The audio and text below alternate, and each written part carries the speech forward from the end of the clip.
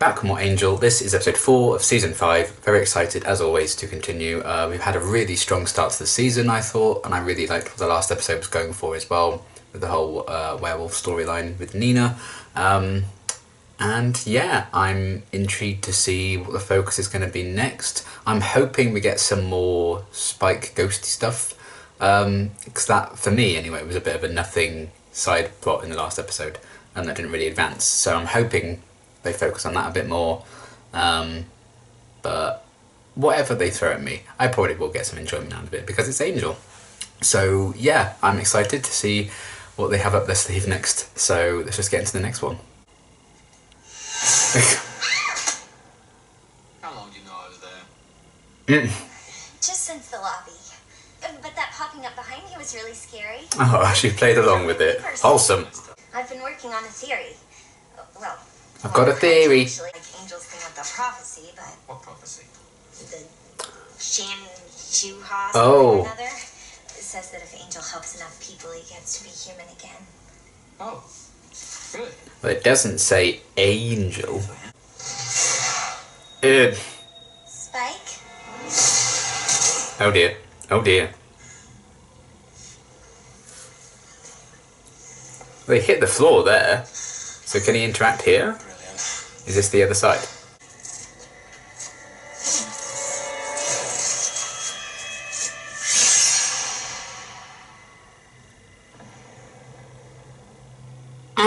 Gotta hand it to him. Spooky start. Wait. It's not the return of fucking Ronald, is it? I'm not having that. Dinner. Oh, I mean you. Having one. A real one.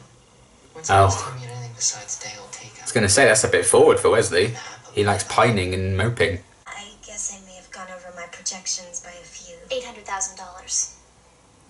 That's how much you've exceeded your quarterly budget. Oh damn. Vampire with a soul fighting for the good of humanity. Bring anything?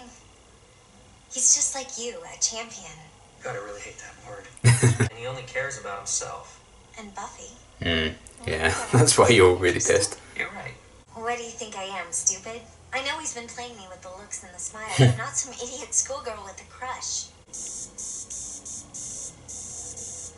No, we've gone way over budget, we can't replace it. Hold me. Oh!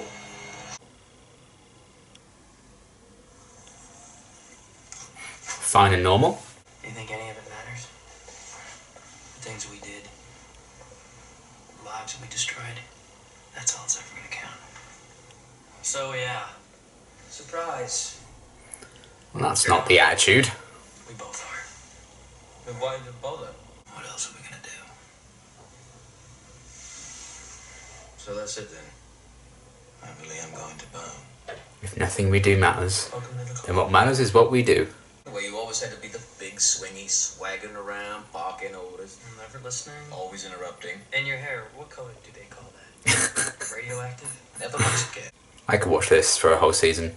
I liked your poems. You like Barry Manilow. Oh man, D. It's here. What is? Give me that. Uh-oh. Spike? Where'd he go? It's okay, he does this sometimes. Does what? We should spread out, see if we can find him. Oh no! We just need to find him.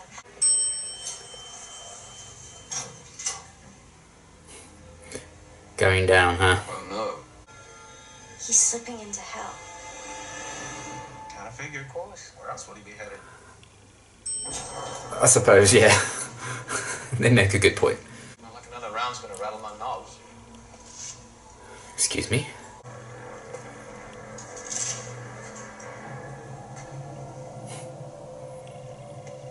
Some great use of sound in this episode so far.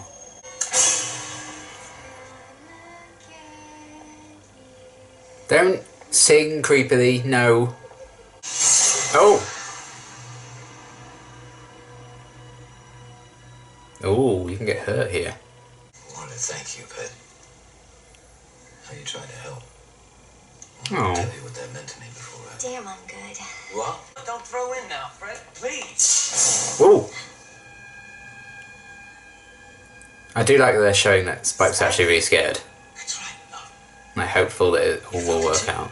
I have Pilates at the crack of why am I awake, so we're gonna move this right along. Clear your minds, which, judging by the looks of you, won't be that hard. Should we hold hands? Alright. Only if you're lonely. The bloody freaking Reaper. Go on, tell him. It's the... Whoa. Uh-oh. Oh no. Spike, stop it. It's not me, you kid. Let her go. Are you alright? Oh shit. Well, no. She's not. Okay, what the hell was that? Cancel that Pilates, I think. There's something else here at Wolfram and Hart. Something else a hell of a lot worse. There might be something there that wasn't there before. I like how they're filming it like a horror movie as well. All the classic tropes and stuff. Hello. Let's not make this all psycho though, shall we? I'd rather you didn't. He was trying to hide something. Something he didn't want you to know. She touch it?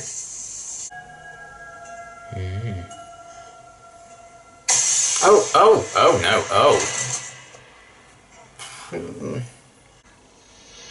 Oh. Harvey Dent? Oh wow, it really is Two-Face. Let's get started then. Shall we? Does look very evil, I will say that. Got it. Are you saying Wolfram and Hart took this guy out? Why would they do that? Sounds like their idea of employee of the month. Because they needed his blood. Representatives from Wolfram and Hart were looking to build a new branch in what would eventually become Los Angeles. Unfortunately, a Spanish mission was already resting on the site their seers recommended. This place is built on the blood of a mass-murdering psychopath? It would appear so. Oh damn. And that's why he can haunt it? This place should be full of spooks. So what happened to him? Maybe this Pavane character's munching on him. Whatever he's doing to them, we need to get Spike back. Before he's next. Vampire soul. Yeah, so it's not just like this is happening to Spike specifically, it's like he's done this to lots of people. If they're in hell, they can't be here then, can they? Just more of your tricks. They aren't real. Psychological, like, torture. Oh! It seems to, like, work better on Spike than, like, physical stuff would do. I just ran out of whiteboard. I'm not crazy. Again. Just scares Fred, you're me. turning into that meme with the guy and all the post-it Well, I have to notes. extrapolate. It's going to require a massive surge of dark energy to catalyze the process. How massive? The equivalent of nuclear evil? I might know a place a little closer to home. I was going to say they probably have it in a jar somewhere. White room? Ah. Why do you think they call it that? Whoa, hey, easy. It's me. Yeah, these two, they kind of had a bond before, right? They stared intensely at each other. Just asking for a little help. Who's a good kitty? The soul that blesses you. Damns you to suffer forever. Lovely. I knew deserved to go to hell. But not today. What do we say to the god of death? That's why I could touch Fred. Write your name in the glass. All I had to do was want it bad enough. Guess what I want to do now, you prissy son of a bitch. Did you get it? Make it count. Told me we ain't getting any more. It talks? I didn't hear it talk. Maybe you weren't listening right. Alright, I think we're almost ready. What did they get from it? Like, what is it? This realm, I am God, and you. For another, like, 5 to 7 minutes, I'd say. We've only got one chance of making it before Shit. No. Never would I want to do that. There's no time for both. There's hope for you yet, boy. Not really. Oh.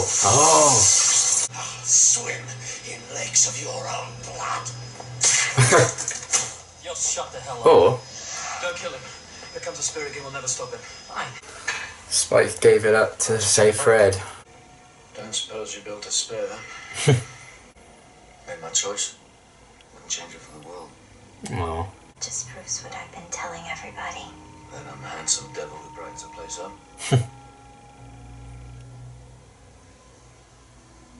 That you're worth saving. Wholesome. He has always, like, for better or worse, gone to the extremes for people he's actually cared for, I suppose. Even right from when we first met him with Drusilla. Sure to hold them? Permanent storage. Oh man, that Is is... anything Wolfman Ooh. excels at? You get to live forever. Unable to move, to touch, or to feel. Damn, To son. affect anything in the world around you. But don't worry. That's some Doctor Who Family of Blood shit. Welcome to hell. Couldn't resist it, could he? Okay, and another really great episode. Glad that we got some focus on the whole Spike situation and some advancement, even if I guess Spike's still just where he is, but he's made like an active choice to maybe just accept that that could be his existence now. I don't know if that's just it now and that's all Spike's going to be. I feel like they will make him corporeal again somehow later on down the road maybe, or maybe that's something like Angel can fight to be human again or whatever. Maybe Spike can fight to be corporeal again. I'm not sure. Or maybe this is just how Spike's going to have a presence in the show. Apologies if you can hear the ice cream van in the background. I've timed this badly because I want to get an ice cream. But anyway, yeah, I'm glad that we did, you know, have a whole episode surrounding the focus on that, explaining like why this thing was kind of happening with Spike, and at least sorting that out so he's not going to be fading away all the time, even if he is still, you know, non-corporeal.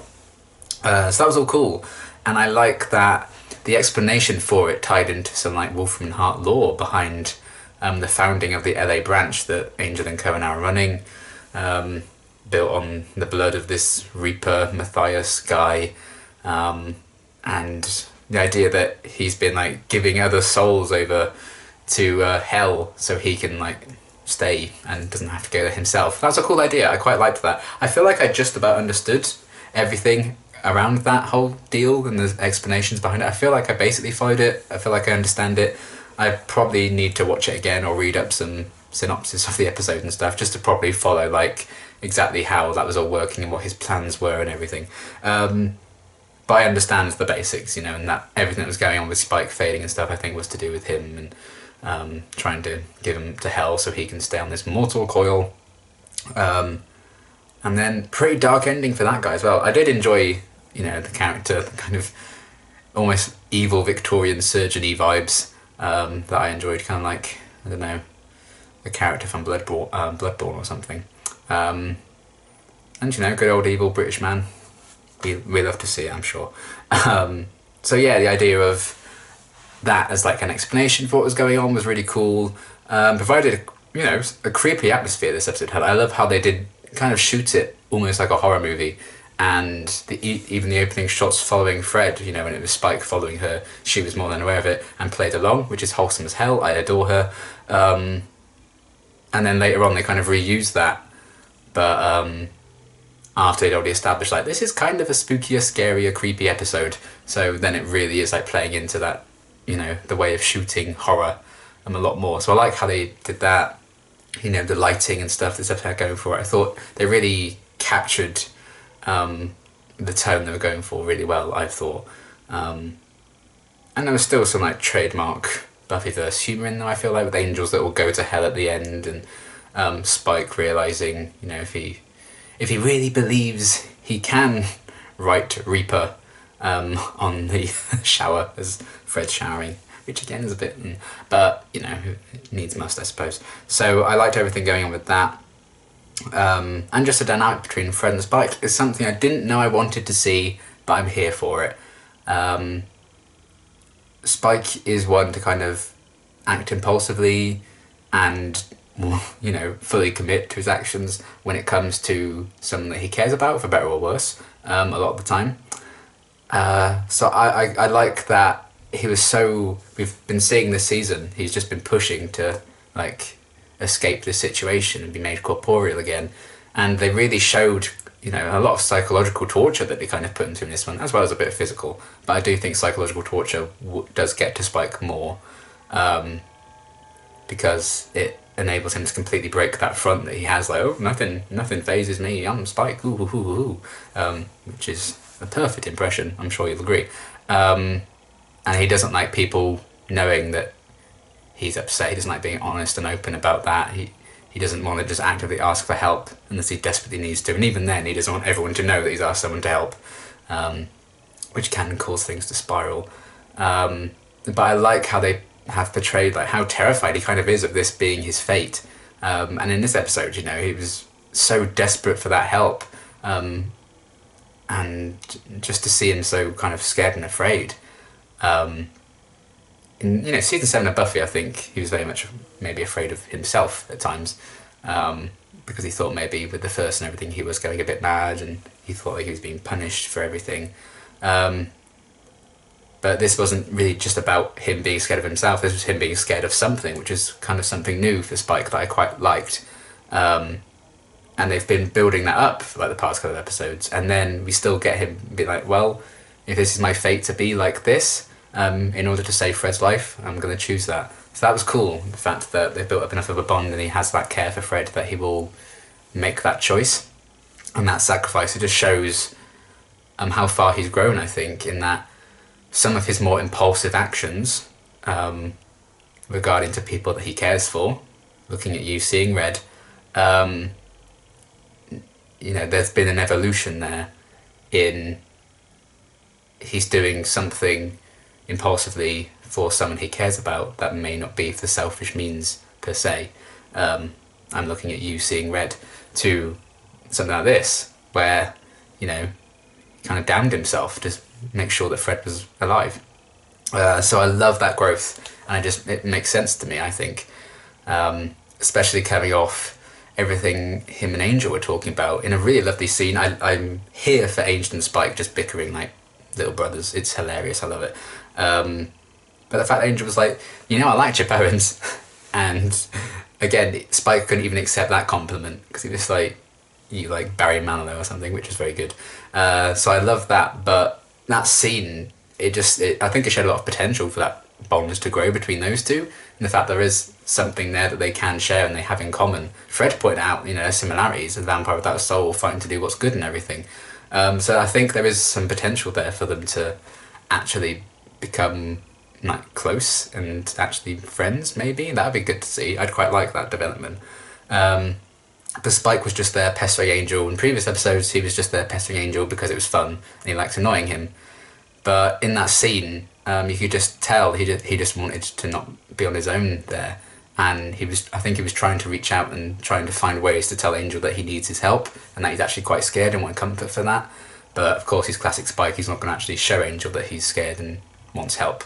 So I think he was working his way up to that. It's like, well, you know, I just want to hang out with you. You know, we can do this, right? Just desperately needing a friend, and that just showed how scared he was about the whole situation. But he still was trying to focus more on his pride and didn't want to say, look, Angel, I'm really struggling here, I need your help. I don't think he'd ever want to admit that Angel may, in some aspects of life, have it better than he does at the moment, and maybe in a better place. Which is interesting given Angel's frustrations with Spike a few episodes back, and the fact that he thinks Spike had it easy when he got his soul back, which is a very interesting thing that they keep playing with. So I like the focus on that. And what Angel was talking about is, you know, well, I do good because what else is there to do? I don't think the prophecy's any, you know, I think the prophecy's BS. I can't do anything to change anything in our past. That's what's always going to matter. Just the horrible things we did when we didn't have souls. Which is, again, just another interesting thing that they can have in common. I like that they can have, like, not having a soul and doing bad things with that when they didn't have a soul in common, and also the fact that they do have souls again. I like that, you know, they can relate to, you know, what would it be? BS and AS? Before soul and after soul. I suppose they can relate to both sides of that, which is cool. And the fact that Angel just kind of resigned himself a bit and saying, well, this is all I can really do now. We can't change what we did do. I don't think I am going to fulfill this prophecy thing. I think that's rubbish. And then later in the episode, Spike kind of gets back at the Matthias guy by channeling his desire. And like, if he wills it enough and wants something enough, he can like pick up a mug or, zap Fred with a bolt of electricity or right on the shower. And he was using that to then fight back against him. It just showed like an interesting contrast, I think, to Angel being like, well, it doesn't really matter what we want because we've already done bad shit in our past that we're not going to get past. Versus, the way Spike actually helped win the day here was by truly wanting something and, manifesting it for himself, really. So maybe that could be a lesson that Spike can teach Angel, and Angel can learn to maybe, the idea of, even if you don't think the prophecy and the Shanshu thing is real, the belief in it can probably do wonders for you. And, in the long run, maybe it's better to try. So I like that kind of interesting thing versus, the power of actually wanting something, the power of desire actually, did a lot of good in this one versus what Angel's attitude kind of was in regards to their past and the prophecy and stuff. So there is actually a lot of power in actually just wanting to strive for something. So that'd be cool if maybe that's something Spike can show Angel and teach him and they can grow and learn from that. That'd be really cool. But I like how, the contrast in this episode I thought was really interesting. So I liked that a lot. We saw a bit more of Eve. Again, she didn't do much, so I imagine there'll be a bit more to her at some point. But I don't think we'd seen her since the first episode. So she's just still doing her thing. I liked Gunn kind of stepping in, still just snapping up with the know-how about the lawyer stuff, and then how they tied back to his little arc in the finale of last season with the Panther thing. And like they actually kind of are like just friends, and he understands it. I like that they kind of revisit that because I thought that felt a bit glossed over and unexplained to me at the end of season 4. So the fact that they then revisited that here and showed the connection, and he got that weird jar of whatever the bloody hell that stuff was. I don't even want to know where they had to get that from on the big cat thing. Like, I don't even want to know what that was. But it just shows, I guess, Gunn's very connected to Wolf from the Heart now because of everything he had done in his head and the knowledge he has. So it makes sense that he would very easily bond with a big aspect of Wolf from the Heart, like that white room and what's in it and everything. So that was a cool way of, using previous plots with Gunn to actually give him a bit of a role in the episode. And then we just had Wesley researching and, showing concern for Fred's well-being. I like that they focused on that as well. Because, it wasn't especially going well for Fred the last time she was, like, running out of space with all her, like, doodles and stuff all over the walls. So the fact that they revisited that, but still showed that growth in her, was really cool. But again, I think we need, like, a big Wesley-centric episode as well, because he hasn't had loads to do so far. But he still has some good moments, as always. I like his concern for Fred, because it's a mood. So that was all very well and good, and yeah, seeing Fred just so determined to help Spike, so much so that, she's blowing the budget. That was a lot of money they've spent, like, bloody hell. So yeah, I enjoyed the focus on her determination and her utter belief, even when they couldn't detect any of the ghosts or whatever that Spike was seeing, she still believed him 100%, even before she then got zapped and was like, well, now I have some actual proof that can back me up on this, that spooky stuff's happening. She still just had that belief in him, and, that the belief that he was worth saving, that also won through in the end. And she was like, oh, prove me right that you're worth saving. Wholesome as hell, love it. And again, just the power of desire. She really, really, really had, committed herself at the end of the last episode. I will do whatever it takes to help you and make you corporeal again. And that power to want to do that for him kind of carried them through and allowed her to work out a way of doing it. Even ultimately because of, Spike's kind of self-sacrificial decision to save her life instead, it ended up making the other guy corporeal. It still worked, so I like that they showcase her genius side. And, it's not just she's smart when it comes to science and stuff, she's smart when it comes to people. Because she knew, like, oh, Spike's just giving me, like, the fluttering of the eyelashes and, those weird looks just so I can help him. Like, she knows what Spike's about in that sense. She's like, I'm not stupid. She's not going to, like, fall head over heels for him or anything, which I like.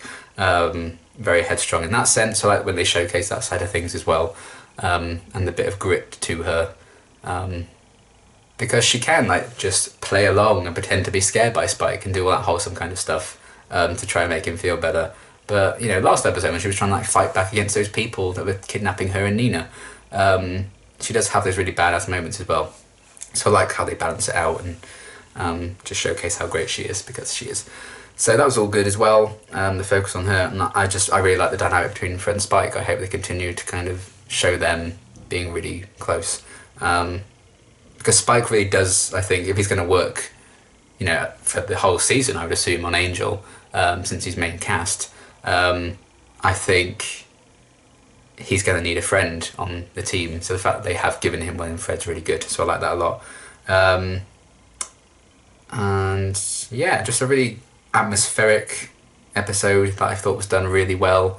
I liked the idea of, you know, the bad guy and the explanation for the shenanigans with Spike and his ultimate decision to save Fred instead, and the power of desire they're kind of exploring versus Angel's kind of attitude to things was really interesting, and just again showcasing, I think, what a cool move it was to bring Spike onto the show, because the different things they can do with Angel and Spike as characters when they butt heads, I think is really interesting. So I liked everything with that. Fred is great, and I like how they tie some of Gunn's character arc and stuff into it to give him a role. Wesley had a few fun moments, but I'm still waiting for a big thing with him, and even more so, give Lorne something to do, please, I'm begging you. You know, he had like a brief scene really when he was like talking to someone on the phone, but give me a Lorne-centric episode yesterday. Thank you very much. But yeah, overall, I really enjoyed this episode. Glad we finally focused on the Spike thing and somewhat got it sorted out. And yeah, it was cool to see them do quite a spooky little thing as well. I thought it was very well put together, shot like a horror film and stuff. Really well done. So yeah, big fan of this one. Looking forward to seeing where things are going to be taken next. And yeah, are we setting up some big bads for the season, or a big plot line for the season anytime soon? Are we just sticking to this kind of formula for this season? Is it going to be kind of season 1-ish again? Is like the arc just them at Wolfram and Hart? Maybe. You know, I think that would sustain the season. I don't need like a big bad or anything. And Angel, I don't think, as compared to Buffy, has like this is the big bad of the season all the time. Certainly not like season 1, or probably not 2 either, really. So, you know, it's not like they always have a definitive bad guy all the time. So we'll see where they go with it, but I'm really liking where the show has headed so far, with the inclusion of Spike and the Wolfram and Hart setting.